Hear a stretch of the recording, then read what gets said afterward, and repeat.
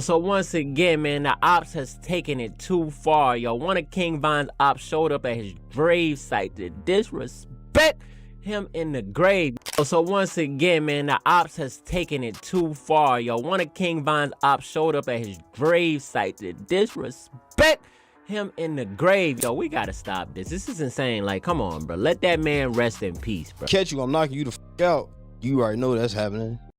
King Von talks about how he met Lil Durk. Now, when it comes to Lil Durk, are you biologically related to him? That's my brother. Like, we ain't got the same mother and same father, but that's my... 5 years later, and Von's enemies still won't let it go. Not even for a second. Members tied to the gangster disciples were caught on camera straight up vandalizing his grave, turning a resting place into a scene of disrespect. Lil Durk saw everything, and he's clearly not about to ignore it or stay quiet about it. Now his reaction? It's only pushing things deeper, making it feel like this situation might never cool off. Here's how it all connects. King Von, born Davon Daquan Bennett, was shot and killed on November 6, 2020, right outside the Monaco Hookah Lounge in Atlanta, Georgia. He was only 26, and the moment shocked everyone watching how fast things turned. The shooter was Timothy Leaks, also known as Lul Tim, connected to Quando Rondo's circle. Prosecutors later ruled the situation as self-defense under Georgia law, and by August 2023, every single charge against him was dropped. Nobody else got charged, the case was closed officially. But in the streets, nothing really ended and the tension stayed alive. Von was laid to rest at Burr Oak Cemetery in Alsip, Illinois, a historic black-owned cemetery on Chicago's South Side, the same place where Emmett Till and Mamie Till Mobley were honored.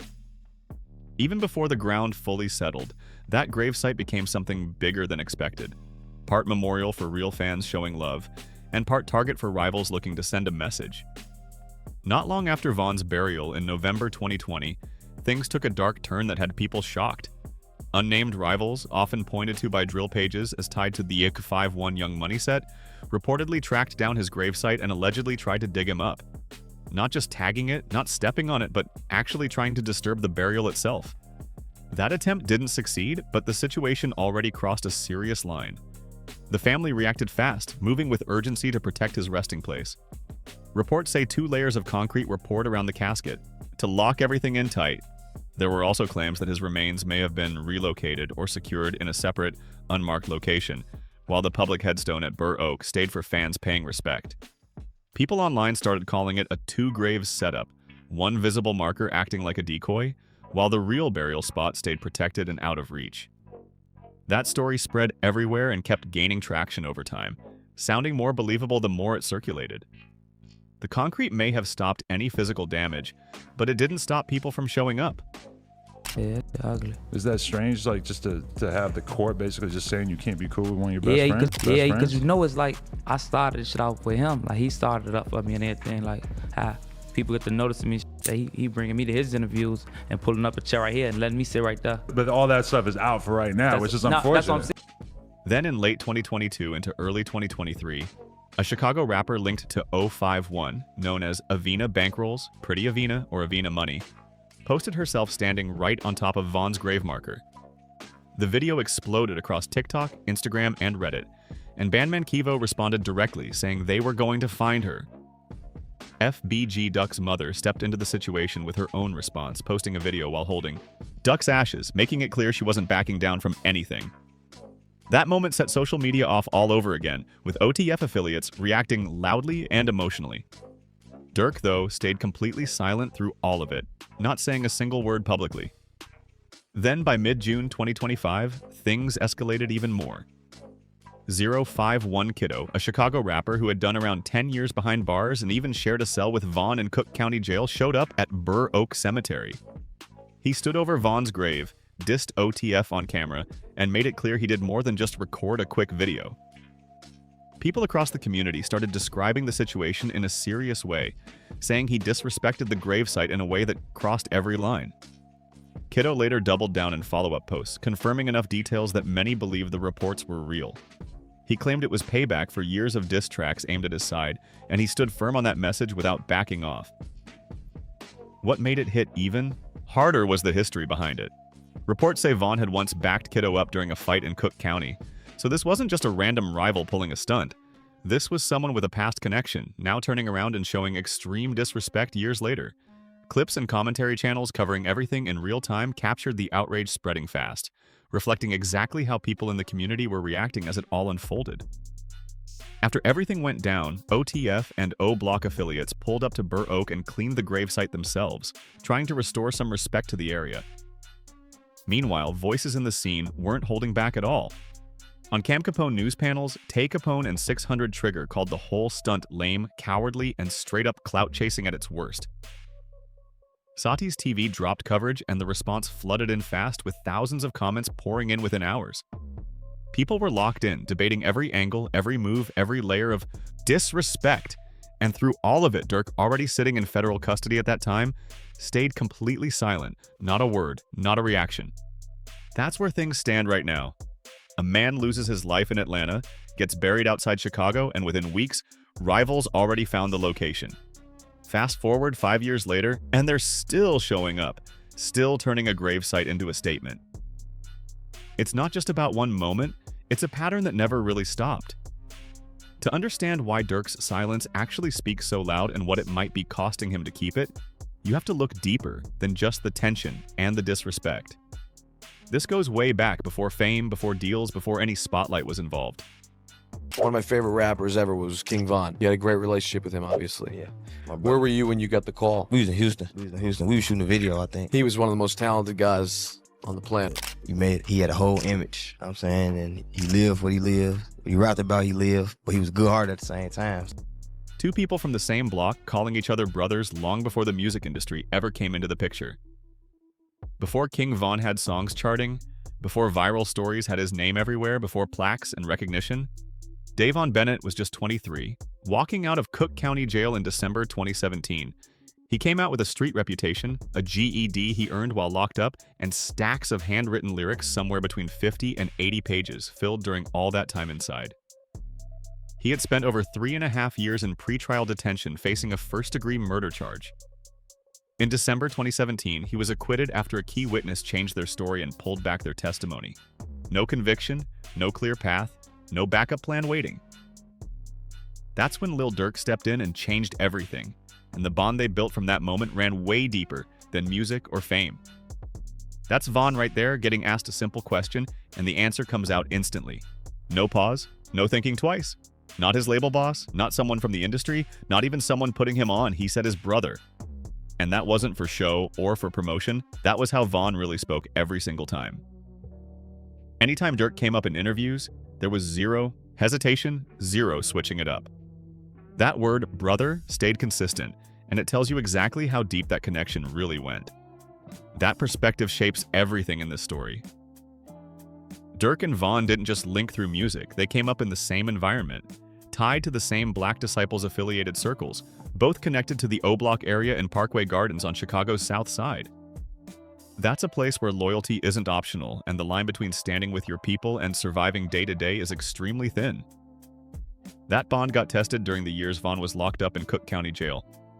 While Von was fighting his case, Durk was already building his name in the Chicago drill scene, but he never distanced himself. He stayed in contact, kept support coming, made sure Von wasn't left out there during that entire stretch. When the case dragged on, Durk didn't disappear or switch up.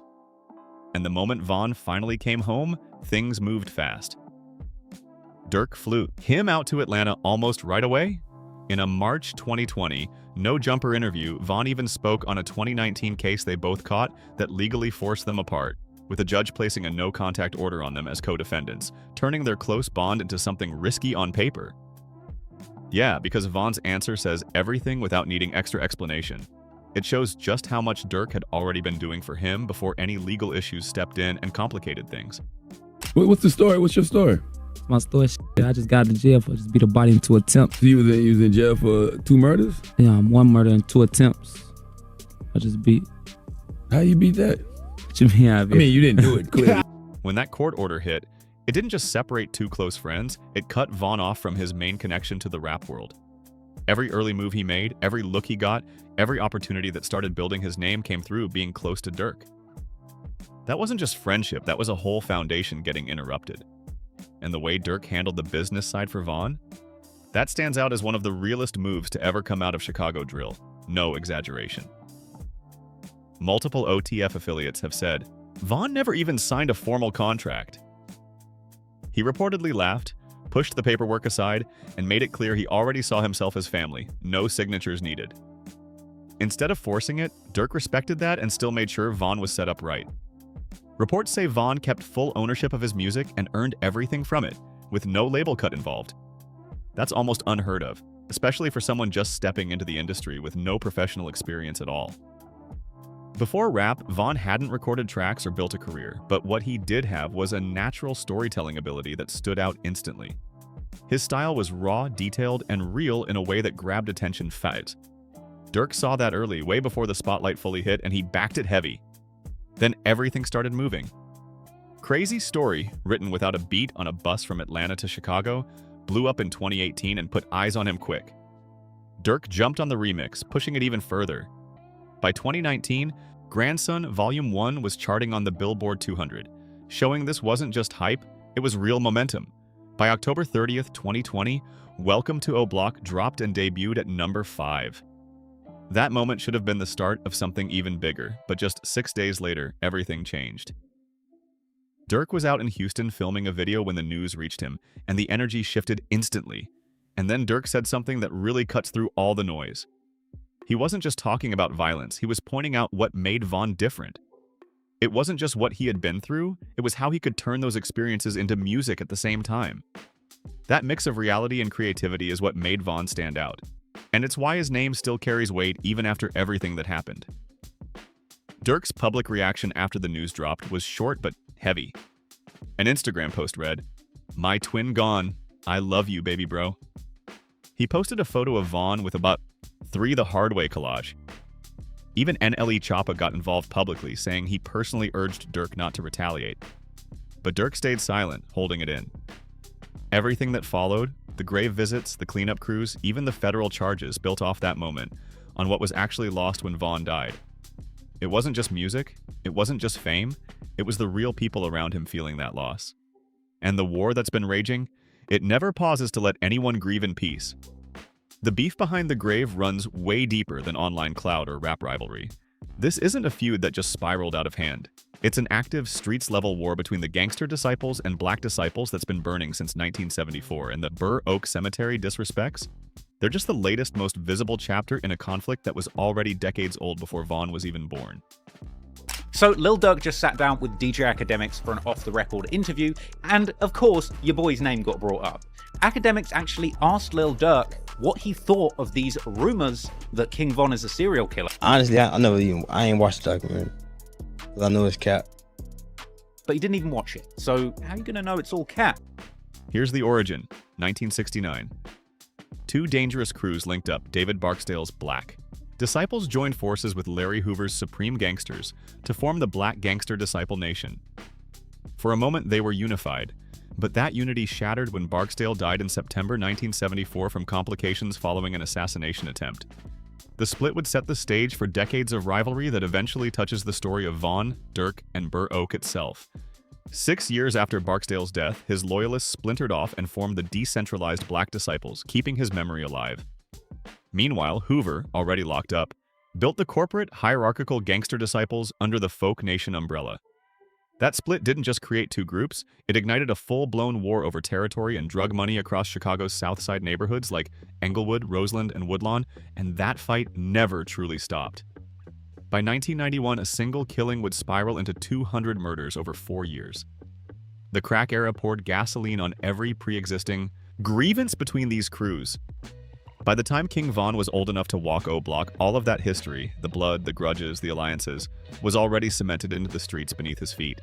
O Block, centered at Parkway Gardens on the 6,400 block of South King Drive, got its name from O.I. Perry, a BD member who was shot and killed in 2011 by Gura Kewa Barnes, a teenage GD-affiliated shooter from the STLEBT set, nicknamed Lil Snoop. That single killing lit the modern O Block versus 051 war on fire. Today, everyone recognizes 051 Young Money, a crew running around 51st Street in Indiana carrying documented GD members alongside Mickey Cobras, as O Block's main rival during the drill era. In Chicago street classification, 051 runs deep in the BDK lane as black disciple killers, and they're responsible for every documented grave disrespect in this story, no exceptions. The mid-2010s timeline reads like a prosecutor's binder. In 2012, BD rapper Lil Jojo was killed, shortly after dropping an anti-GD record. By 2014, Gura Barnes, the shooter who took Oi Perry's life and ignited the O-Block War, was killed in Woodlawn. Federal documents unsealed in 2021 even named King Von in connection to these events, showing just how deep these rivalries ran. He was never charged in August 2020, but the violence didn't stop.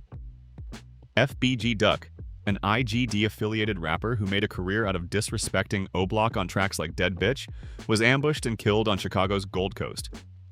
051 linked members were later convicted in a 2024 federal RICO case tied to that murder, showing how deep the network ran. Federal court filings even referenced a reported bounty that Vaughn allegedly placed on Duck before his own death. Then, just 3 months after Duck was killed, Vaughn himself was shot in Atlanta. This is the machinery that turns years of street-level beef into the kind of moment where someone can pull up to a cemetery on a Tuesday afternoon with a camera, stand on a grave, and post it online for clout. Every single act of disrespect at Burr Oak Cemetery isn't random. It's another data point in a war that's been running long before anyone currently waving a flag got involved. The O-Block versus 051 beef isn't just content for music or social media, it's a hyper-local, block-by-block extension of a 50-year conflict. And it lives by one rule that never changes. The beef doesn't die just because the person does. What drill and social media have done is amplify it, make it global. Diss tracks now name real people who are dead. Grave visit videos rack up millions of views, and the psychological warfare hits differently when everyone worldwide is watching. This is more than music. It's a history of violence, respect, and power being played out for everyone to see. The community watching Vaughn's burial site exists for a reason. It's not just online chatter. That reach translates into real-world reactions, real-world Jews, or real-world shub, danger, and real-world escalation. I was relieved for the community, man. Because he was over there torturing them guys, man. I ain't gonna lie to you, man. It is what it is. Some people need to be gone, bro. You know what I'm talking about, in order for to get better. And he one of them. I ain't gonna lie to you. The two graves set up, the layers of concrete, the OTF cleanup crews, none of it is for show. These are practical moves, a response to a threat that's both physical and ideological at the same time. What all that can't do, though, is make the threat disappear. That's the full context you need before looking at the specific incidents at Vaughn's grave. You have to see the bodies behind the music. Once you understand the war, you need to know the soldiers. The Burr Oak disrespects hit differently when you realize who Vaughn and Durk were in the streets before fame. The rivals showing up aren't just trolling a celebrity. They're confronting a man who, according to court records, police reports, and unsealed federal filings, put in serious work in those same streets, and everyone knows it. Vaughn's criminal history began young. At 16, he had his first known arrest in January 2011 for armed robbery and carjacking, landing him in juvenile detention. He earned his GED while locked up, got out, and was back in front of a judge almost immediately on gun charges, cycling through the system again in 2013 for unlawful possession of a firearm, before he could even legally drink. Then came the major case on May 29, 2014. Vaughn, then 19, and an associate named Michael Big Mike Wade were accused of opening fire at a birthday party on LaSalle Street in Englewood. Malcolm Stuckey, also 19, was shot in the head and died, while 2 others were wounded. Vaughn was arrested on July 24, 2014, hit with 1 count of first-degree murder and 2 counts of attempted first-degree murder. No bail. He sat in Cook County for 3.5 years waiting for the trial, locked up and living through the pressure that shaped the man the streets, and later the music, remembered. That's Vaughn telling his own story, calm, unbothered, matter-of-fact, completely in control. The case collapsed in December 2017 when Big Mike, Wade, his co-defendant, recanted his testimony.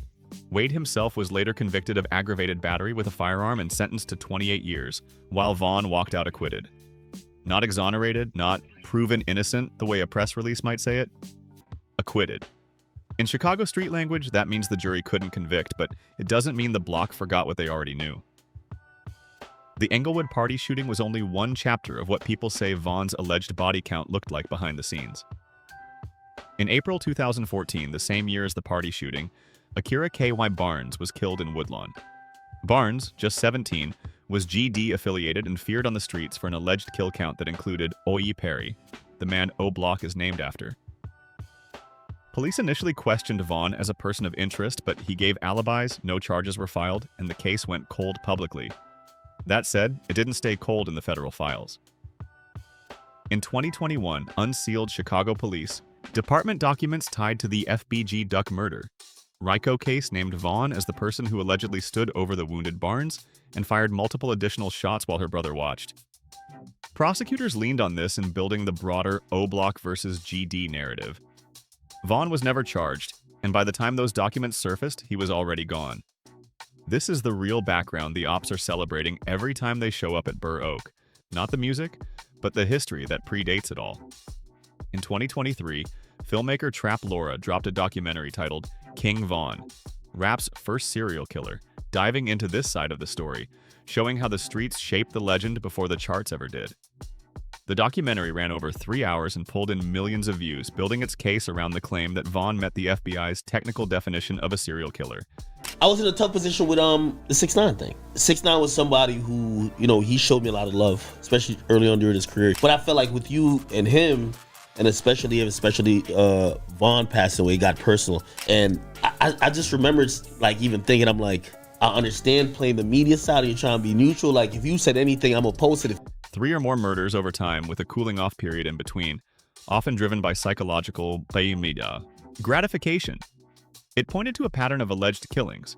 K.I. Barnes, Malcolm Stuckey, the rumored bounty on FBG Duck, and other incidents floating in street lore. The film painted a picture of a man who didn't just commit violence. He allegedly seemed to take satisfaction in it, based on his tweets and social media posts. Lil Durk wasn't here for that narrative. That sets up exactly what Durk said about the documentary and its claims about his twin. The last line from the interviewer is worth pausing on. Durk hadn't even watched the full 3-hour film about his own brother, yet he called it capped on principle. Whether that came from pure loyalty, strategic deflection, or grief disguised as dismissal, only Durk knows. Still, the serial killer label stuck, and Vaughn's ops leaned into it fully. It amplified the fear they already carried about him on the streets, giving it an official-sounding stamp that cut even deeper.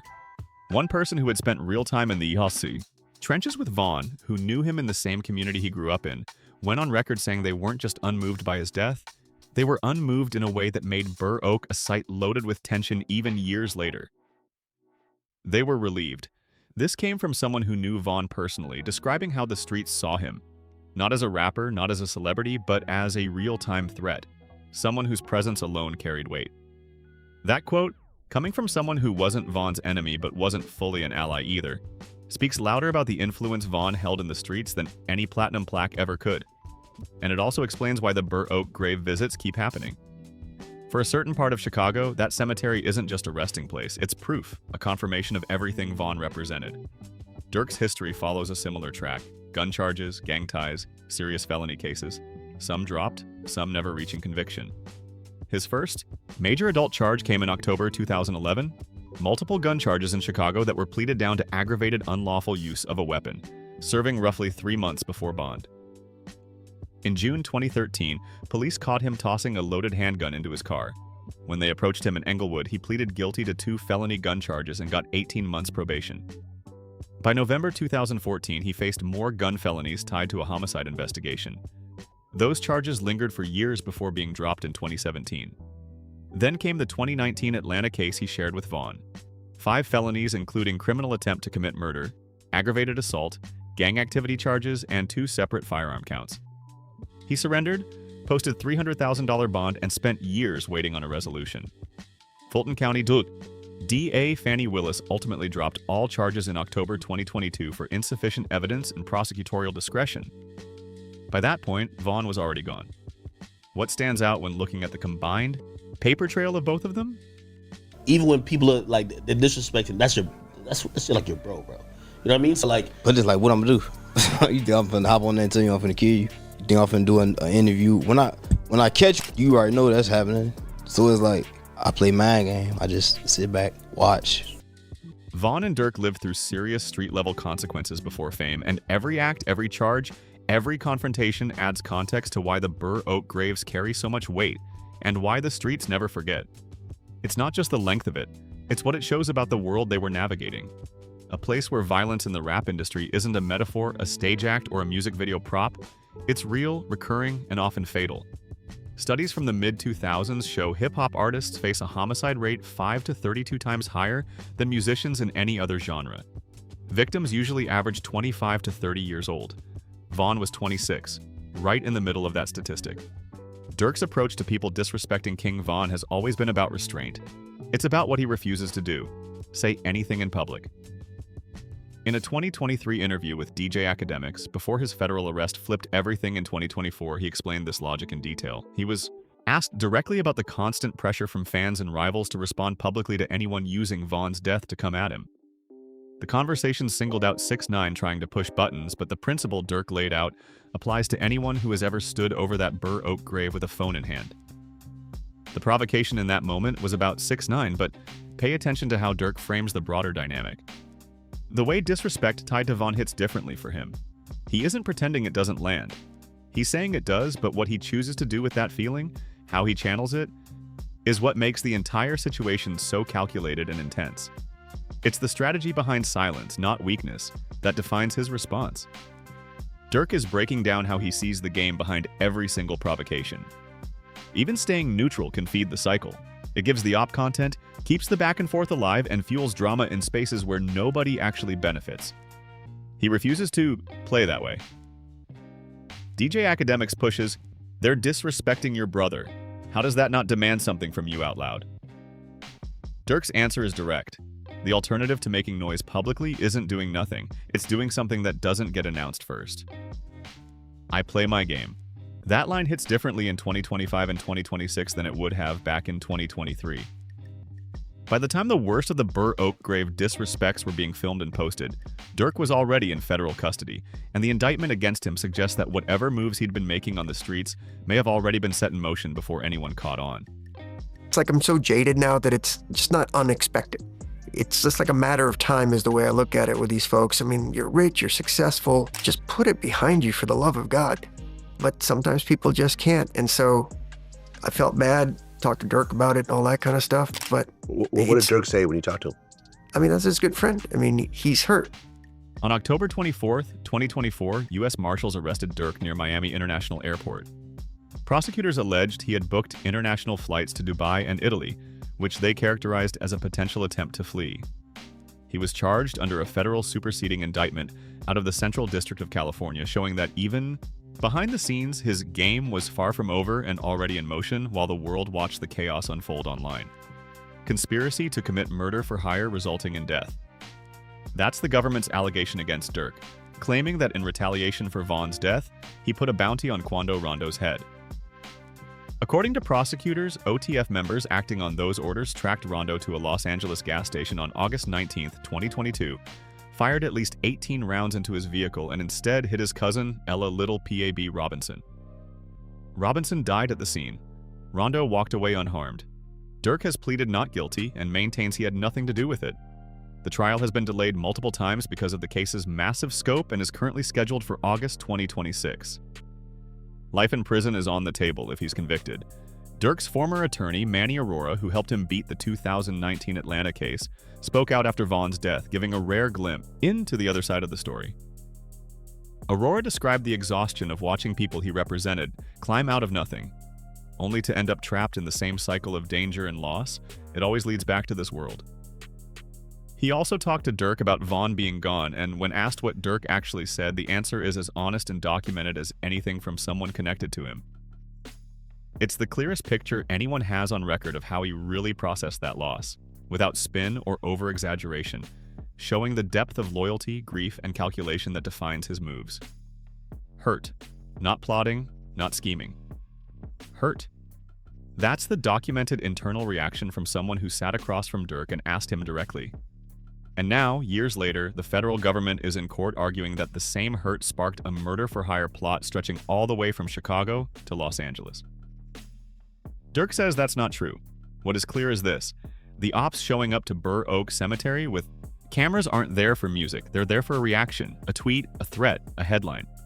By staying silent, by letting OTF handle cleanup and letting the community handle the commentary, Durk denies them the one thing they want most: validation. a response.